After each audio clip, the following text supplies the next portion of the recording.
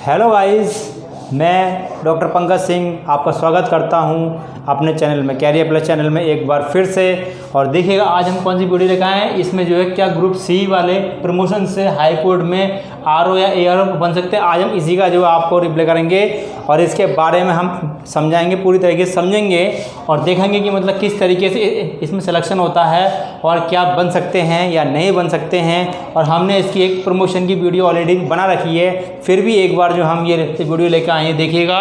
इसमें जो है पहले आप मान के चलिए ग्रुप सी में आपका सिलेक्शन होता है जूनियर असिस्टेंट में, और जूनियर असिस्टेंट में जब आपका सिलेक्शन होता है तो आपका 2000 रुपये ग्रेड पे रहता है, ठीक है। और इसके बाद आफ्टर 5 ईयर्स और 5 साल के बाद जो है फिर आपका सिलेक्शन होता है सीनियर असिस्टेंट में, ठीक है। सीनियर असिस्टेंट के पद पर आपकी जो 2800 रुपये ग्रेड पे से आपकी जो है वो 2800 रुपये ग्रेड पे सिलेक्शन होता है 5 साल के बाद, ठीक है। 5 साल के बाद जब आपका सिलेक्शन होता है फिर आपका सिलेक्शन होता है 4200 रुपये ग्रेड पे, फिर होता है 4600 रुपये ग्रेड पे, फिर होता है 5400 ग्रेड पे। मतलब ये है कि ग्रुप सी के अगर आप क्लर्क में अगर आपका अपॉइंटमेंट होता है कि माना क्लर्क अगर कैटेगरी में आपका अपॉइंटमेंट होता है तो आपका जो सिलेक्शन जो लास्ट सिलेक्शन होगा वो 5400 रुपये ग्रेड पे होगा जो, ठीक है। और जो है इसमें साफ साफ लिखा हुआ है यदि क्लर्क क्लास 3 में, क्या नाम है, क्लास सी में लगते हैं, क्लास 3 में सेलेक्ट होके मतलब होके क्लास बी ऑफिसर बन जाते हैं। कहने मतलब क्या है, आप जो क्लास क्लर्क में लगोगे और क्लर्क में आप लगते ही और जब धीरे धीरे जब आप तक रिटायरमेंट होगे जब तक जो है आप जो मतलब जो है मुख्य प्रशासनिक अधिकारी बन सकते हैं। ज़्यादातर जो क्लर्क जो होते हैं वो ज़्यादातर बन जाते हैं क्योंकि उनका सर्विस रिकॉर्ड अच्छा रहता है और मतलब क्या रहता है कहीं पे मतलब किसी तरीके की उसमें सत्यता में सही तरीके से पाए गए हों, कहना मतलब कि सही तरीके जांच अगर हो रखी हो तो जांच में सही तरीके से पाए, सर्विस रिकॉर्ड जो आपको अच्छा रहना चाहिए। कहना मतलब क्या किसी तरीके की कोई कंप्लेंट या आपके खिलाफ शिकायत वगैरह नहीं होना चाहिए, ठीक है। तो इसमें जो है इस तरीके से इसमें बताते हैं कि क्लर्क जो होता है क्लर्क जो है वो जो धीरे धीरे प्रमोशन पा के 5400 रुपये ग्रेड पे तक पहुंच सकते हैं। इसमें लिखा हुआ क्लर्क आप सेलेक्ट होते हैं क्लास बी में ऑफिसर बन जाते हैं और 5400 रुपये ग्रेड पे जो आपका लास्ट होता है ना, लास्ट होता पर। लेकिन यह नियुक्ति जो होती है आपकी डिस्ट्रिक्ट कोर्ट में ही रहती है, ठीक है।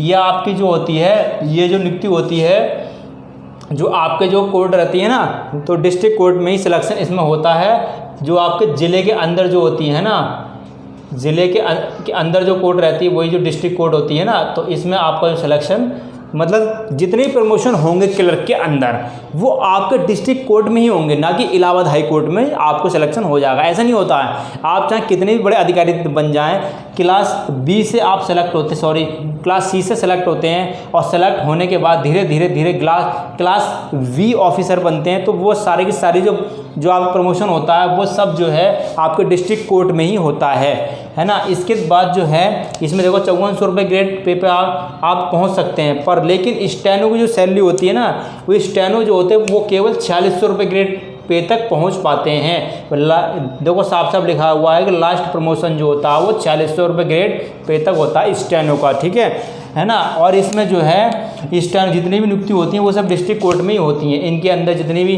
अपॉइंटमेंट होते हैं वो डिस्ट्रिक्ट कोर्ट में ही होते हैं। और इसमें लिखा हुआ कि केवल सबका जो सर्विस रिकॉर्ड अच्छा होना चाहिए, किसी का मतलब किसी में लिप्त रहते हैं, ठीक है उसमें। इसके बाद जो है यह मतलब इसमें दे रखा है इलाहाबाद हाई कोर्ट के आरओ एआरओ सिंपल की तरह बनते हैं। अब इसका मतलब क्या रह गया, सिंपल मतलब ये रह गया कि जब इलाहाबाद हाई कोर्ट से आरओ और एआरओ की जगह निकलती हैं तो आप माना ग्रुप सी वाले भी इसमें अपॉइंटमेंट करते हैं, डालते हैं। और इसके अंदर फार्म जो भरते कौन से जूनियर असिस्टेंट वाले भरते तो उनको कोई बेनिफिट नहीं मिलता। कहने का मतलब क्या कि आप लगे हुए हो तो आपको क्या कोई कोटा मिलेगा, है ना, तो 20% का या 50% कोटा ऐसा नहीं होता।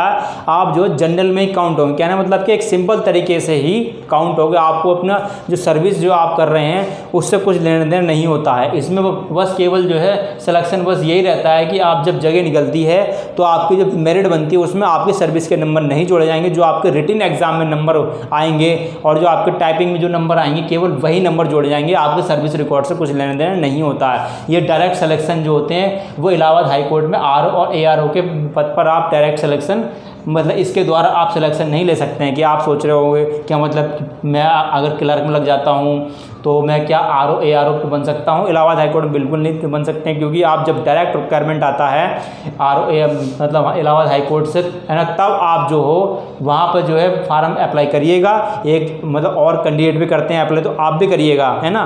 और करने के बाद जो है जब उसका एग्ज़ाम होता है तो उस एग्ज़ाम को आप दीजिए, और एग्ज़ाम के बाद जो टाइपिंग होगी दोनों के नंबर जोड़े जाएंगे, उसके बाद ही नंबर होंगे। आपको जो है क्लर्क के पद पर आप तैनात हैं या फिर जूनियर असिस्टेंट के पद पर आप तैनात हैं, है ना, ये स्टेनो वगैरह जो भी कुछ हैं, तो उसके आपको बेनिफिट नहीं मिलने वाला। ठीक है, date is clear.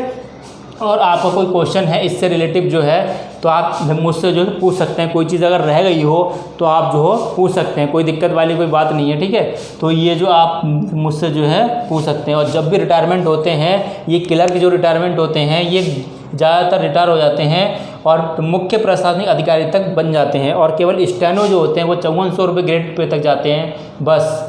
Sorry, steno जो रहते हैं वो 4600 रुपये ग्रेड पे तक रहते हैं। 4600 रुपये ग्रेड पे इनका लास्ट जो होता है वो होता है इनका रिटायरमेंट का वो रहता है स्टेनो का। ठीक है, उसके अलावा ये आगे जो प्रमोशन नहीं ले सकते। और क्लर्क जो हैं वो प्रमोशन ले सकते हैं, क्लर्क C में सेलेक्ट होते हैं और B तक आप जो होते हैं बन जाते हैं, पर बनते तभी हैं मतलब जब आपका सर्विस रिकॉर्ड अच्छा होता है। मतलब हर क्लर्क जो ऑफिसर नहीं बन पाता, हर क्लर्क जो होते हैं वो हर ऑफिसर नहीं बन पाते हैं, उनका सर्विस रिकॉर्ड देखा जाता अच्छा होता है तभी वो बन पाते हैं। ठीक है, तो इससे कोई संबंधित कोई क्वेश्चन हो तो आप मुझे जो कमेंट कर दीजिए, उसका रिप्लाई आपको कर देंगे। ठीक है, और आप चैनल पर नए हैं तो आप चैनल को सब्सक्राइब कर लीजिए, बेल आइकन प्रेस कर लीजिए, जिससे इलाहाबाद हाई कोर्ट से रिलेटिव जो भी आपके पास न्यूज़ है वो जल्दी आप तक पहुंच सके। ठीक है, please subscribe my YouTube channel. Thank you very much.